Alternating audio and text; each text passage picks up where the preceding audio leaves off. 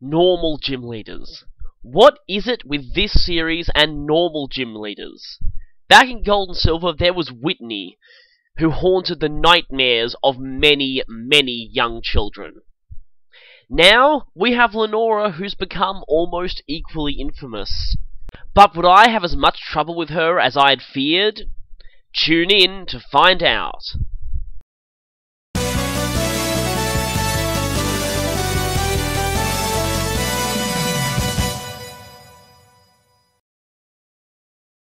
So, here we are in the Crane City Museum / Gym.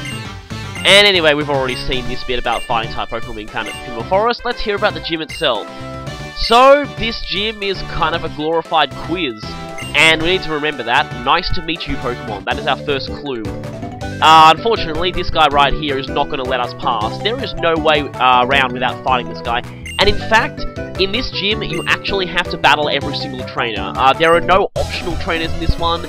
Yes, every single trainer you will have to battle to progress, so get ready for a lot of battles, and as you can see here, level 17. Yeah, you do not want to go up against this gym without being adequately prepared, because this one is pretty tough. Oh, great. Yeah, starting at this point, Patrats get even more annoying, as if that was possible. They now have the move Detect, which is, double Detect, seriously? Which is basically the same as Protect with just 5 less PP, but at this point it doesn't really make a difference. Detect basically makes them immune to everything for one turn. Not only that, they also have Crunch. Yes, that's right, Crunch. Before even level 20, they get Crunch. That is just ridiculous. Yeah, Crunch is an 80-power Dark move that's basically the upgraded version of Bite. And, well, let's just say, it's basically the standard physical Dark move in competitive play. That's how good it is. And these things are getting it, what, like, level 17? Yeah, both Patrat and Lillipup learned some pretty nice moves really early. You'll see later why this is an issue for Lillipup when the trainers start using that. Yeah, it's got a pretty painful move at this point too. Yeah, so basically these things are going to really, really annoy the hell out of you with Detect. But for the time being, I'm just using my Dan the Rock, who is going to use Harden to tank their hits and just repeatedly wear them down with Headbutt. While the guy at the front of the gym recommends you go get a fighting type, rock types are just as effective in this gym, mostly for defense rather than offense. Now, I will say this, I was stupid and forgot about this. Really, I should have taught Dan Rock Smash. I could have, it was only after the gym that I realized he could learn it. So, yeah, I should have taught him Rock Smash. And that would have helped out an awful lot, because given that it's got a 50% chance of lowering defense, it essentially gets stronger every time you use it.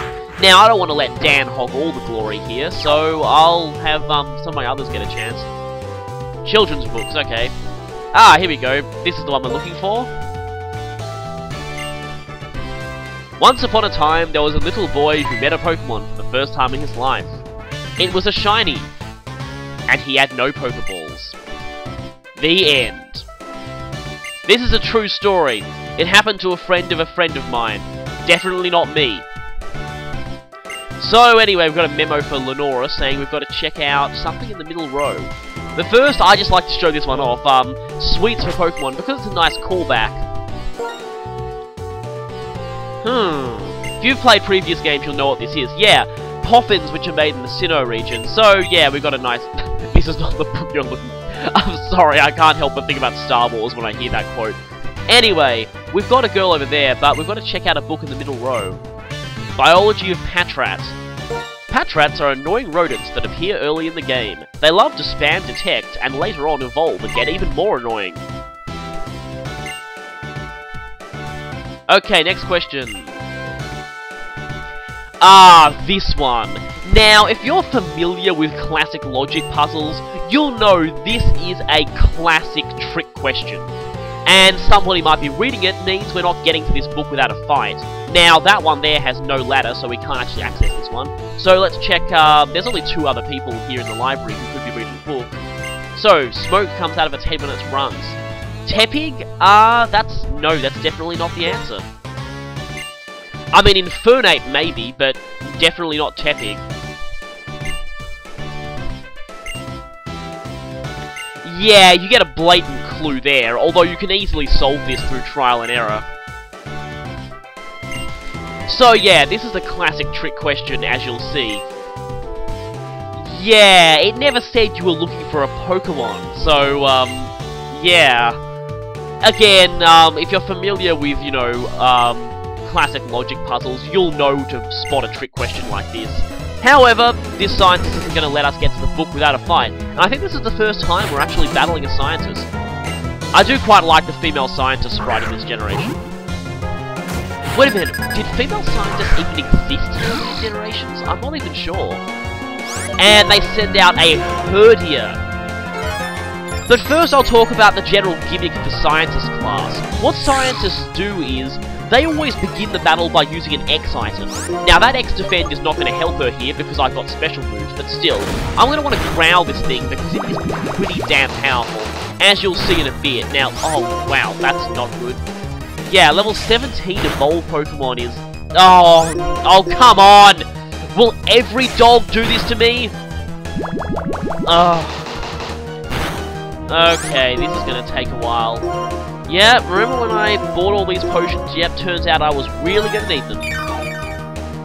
I'm pretty much just going to have to outstall this guy with healing items. Tackle is not that bad. You'll see later that Herdias have a much, much worse move than Tackle. Much worse. Oh, nice one. You see, if this was a gym leader, I'd be freaking out right now because I'd use a healing item, but... Oh, come on!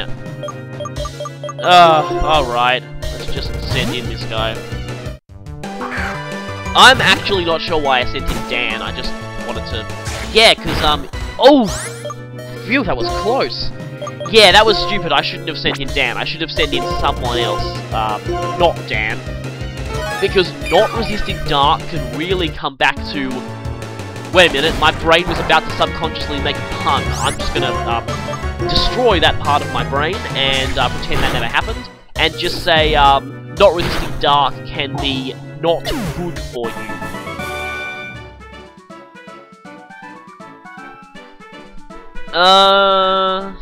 Well, given that you're a random NPC trainer, probably. Okay, so we'll have to check out this one. General Studies. It's funny because currently at my uni I don't have to do General Studies. Anyway.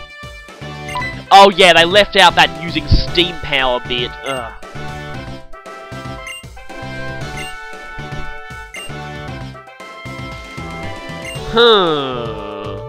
Well, this probably isn't Tepig. Yeah, that would just be disturbing.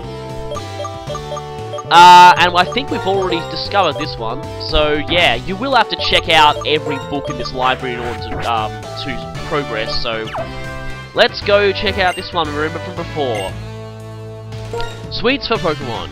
It describes making poffins, which was never as interesting as making Pokeblocks. Making Pokeblocks, that was such a fun minigame. Making poffins just wasn't nearly as fun. Oh, okay, this clue was so confusing, and I actually needed to look up a guide to see how to interpret this one. But it's pretty obvious when you realise there's only one more trainer in this gym, and obviously, oh yeah, obviously, yes. So obviously it would be her. Now, yeah, I had a bit of a weird thing with this last question. The left and right can actually be interpreted 2 ways. It could be either your left or left from the perspective you're looking at in the game. And the number of spaces could just be steps, or it could be referring to the bookcases themselves. Like up 2 bookcases, left 1 bookcase, you know, etc. Because there were so many ways to interpret that hint, and I tried all of them, and none of them got me to the right place. I ended up having to consult a guide for how to best interpret that hint, but With hindsight, yeah, it was pretty obvious given that it would have taken you to the last trainer anyway. Speaking of the last trainer, level 15 Lillipup, and you see, this is why Adamant 31 attack IV is actually not working for me at this point. But I guess I get to use Rocky for the first time. Low kick is not that great against... Low kick's power is based off weight, and given that these things, that most of the stuff you encounter in the early game is really light, low kick is often a really good move in competitive play simply because the vast majority of things that are weak to fighting tend to be really heavy. The vast majority of fully evolved things that are weak to fighting, and did I just use focus energy twice? Oh wait, I flinched. I was getting too caught up in talking that I didn't realise the flinch message. Okay then. Low kick time. Yeah, that was not a 1-hit KO first. Low kick will get better as the game progresses. Not that Rocky's going to see much use after this point, but anyway. Another Lillipup. Yes, again, stab tackle hits surprisingly hard, especially with the buffs it got this generation. Oh, that is just short of a 2-hit KO, isn't it? I hate it when that happens. Okay, let's just... Oh, right, okay, they derped. Yeah, fighting is actually quite effective in this gym, not just because they're super effective against normal, but because they resist Dark, which is the other move that most normal types in this game have. And yep, just shy of a 2-hit KO. I hate it when that happens. Oh, what? Oh, damn it. Expected you to keep using Bite. I'm not going to bring out Sork yet, because that would just be mean.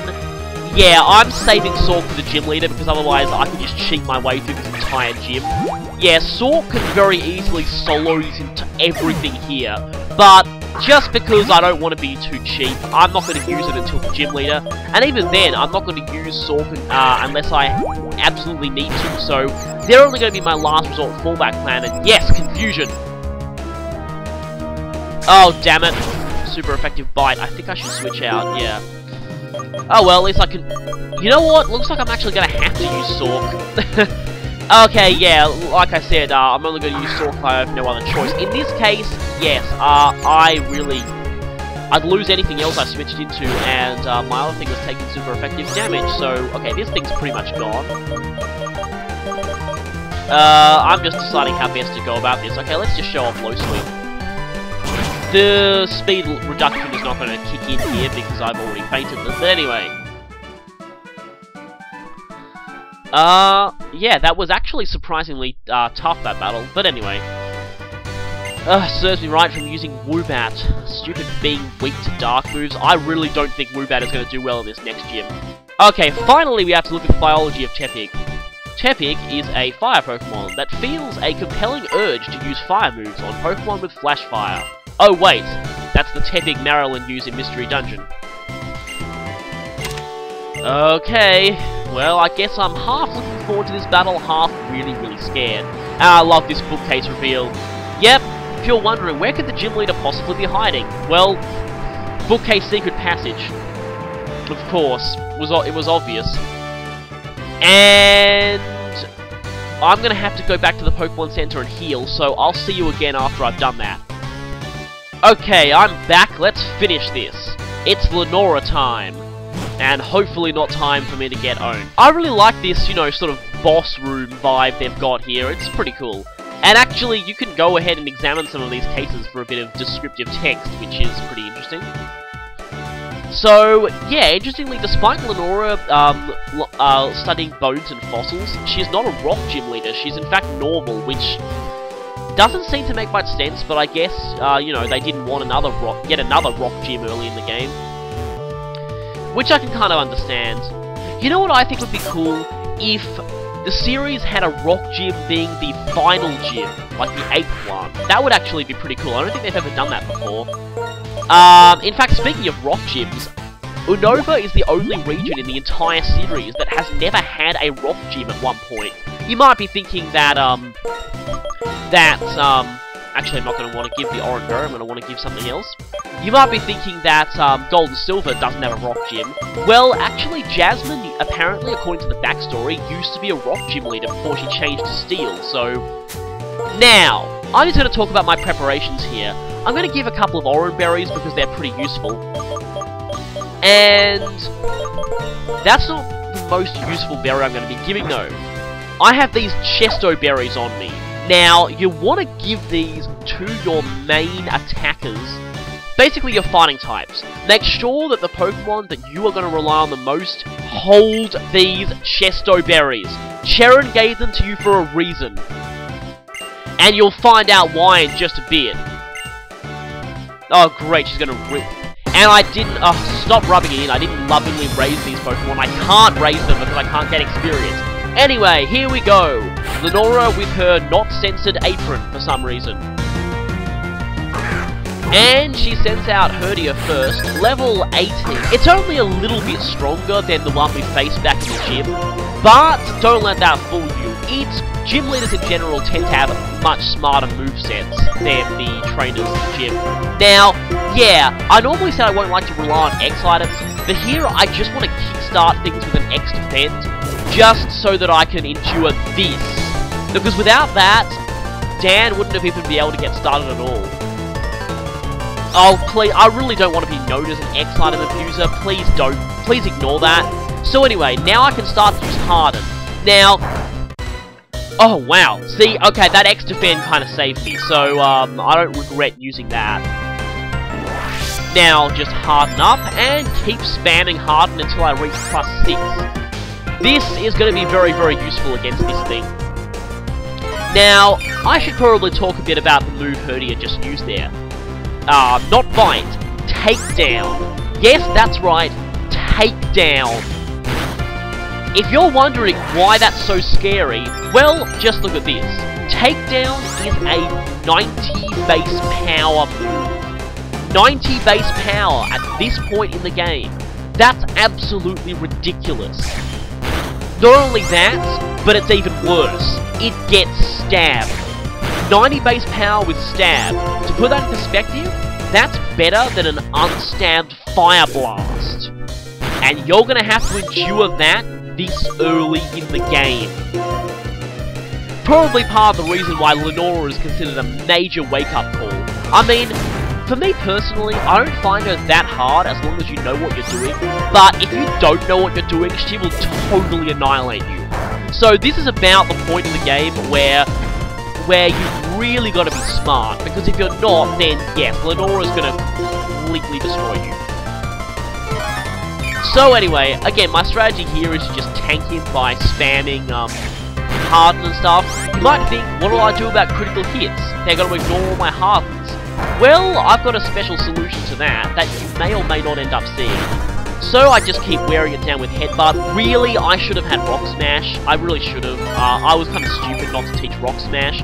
So if you're doing this, learn from my mistake and teach your thing Rock Smash. Now you might notice this thing is slowly recoiling itself to death with I was about to say Double Edge. Double Edge would be way too broken. Okay, just Takedown. Even then though, Takedown is ridiculously strong at this point in the game. To put it in perspective, I think the Lillipup line is probably the one evolution line that learns Takedown the earliest out of any Pokemon in the series.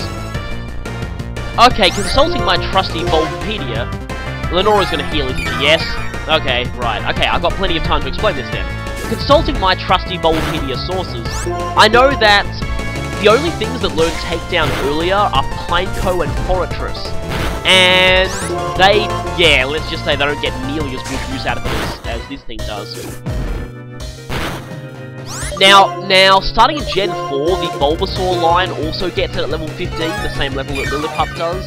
And, yeah, but they don't get stab on it, and their attack isn't quite as high.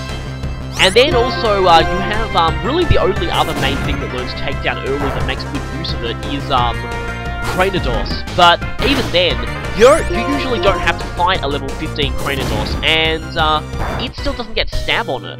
I think Lillipup may be the one thing with stab Takedown that learns it the earliest, so I'm gonna have to swap over to Super Potions now. So anyway, basically Takedown hurts. Really, really hurts. Fortunately though, Takedown has less than perfect accuracy, only 85%, so... And forgive my stalling here. Oh, is this gonna put it in KO range? I don't think so. Oh, not quite. Okay, and you're gonna use another... Oh no, you're not. Okay, that's interesting. yes, sometimes gym leaders are a little reluctant to use more than one healing item on the same Pokemon, but anyway. This thing is just about to recoil itself to death, I think. Please. Oh, come on, I wanted you to hit that time. Damn it, I'm running low on headbutt though. Oh, great. It would have been so satisfying if you recoiled yourself to death. But anyway, the dog is down. And Dan gets a hero medal for doing that, definitely. Oh, believe me, she will. To this awesome music, we now have... Oh, great, my hardened strategy is not going to work here, because it's just going to use Leah to reset my defense boost. Yeah, we now have Lenora's star Pokemon, Watchhog. We can be thankful, however. Yes, it has Crunch, so, yeah. We can be thankful, however, that was a critical. Are you kidding me? Sorry, I keep getting interrupted. We can be thankful, however, that it did use Leah, because the main thing people complain about with this Watchhog is... Oh, that wasn't even a critical hit. This could be bad. Is Retaliate, which you'll be seeing in a little bit. Fortunately, I've got both my fighting types still around, so I feel confident I can take this thing out. Now, Retaliate, as you can see here, Retaliate is a... Oh, come on! Oh, great. Okay, I might be doomed here, actually. Though, given this is a fail channel, you've probably already been spoiled how this turns out. But anyway, let's see if I can confuse this thing. And of course, she hits me with status instead. Hypnosis. Yep, this is the reason why you need those Chesto berries. Because this Watchhog just happens to have Hypnosis. You might be thinking, yeah, as if they could... Oh, of course that would miss. That only has 5% accuracy anyway. You might have been thinking, yeah, how could they possibly make these rodents more annoying than giving them Protect? Well, yep, they can put you to sleep. And given the AI, that 60% accurate Hypnosis hits just about all the time. Now, Retaliate is a pretty powerful move in and of itself. 70 base power with stab and perfect accuracy. That's gonna hurt, as you've already seen here. But it gets worse. If Lenora's AI decides to use that move on the turn that her first Pokemon has fainted, it's doubled in power. That means 140 power plus stab. Yikes. That'll one-hit KO just about everything. Now, fortunately for me, in most of my playthroughs, I get lucky and she doesn't use it right after her first thing faints. Oh boy, this is not good. Okay, it's all down to you, Sork. If you can't win this, then we're doomed. Oh! No! No, no, no, no, no, no! This could be bad. This could be very, very, very bad. Oh no, no, no, no, no, no, no! Aha! You fell right into my trap! I planned for this in advance! Take that, you annoying rodent! Goodbye, and with that, Lenora is defeated. So, moral of this story, use the Chesto Berries. If I had not given that Chesto Berry to Sork, I very well would have lost that one. Yep, that could have ended very, very badly. So yeah, Lenora is kind of tough if you don't do things right, but if you do things right, she's not that bad. Now, I'm actually going to cut this right after the badge get scene, simply because plot is going to happen almost immediately, and I want to save that for the next video. So, thanks for watching me beat Lenora, and I'll see you again next time for Plot.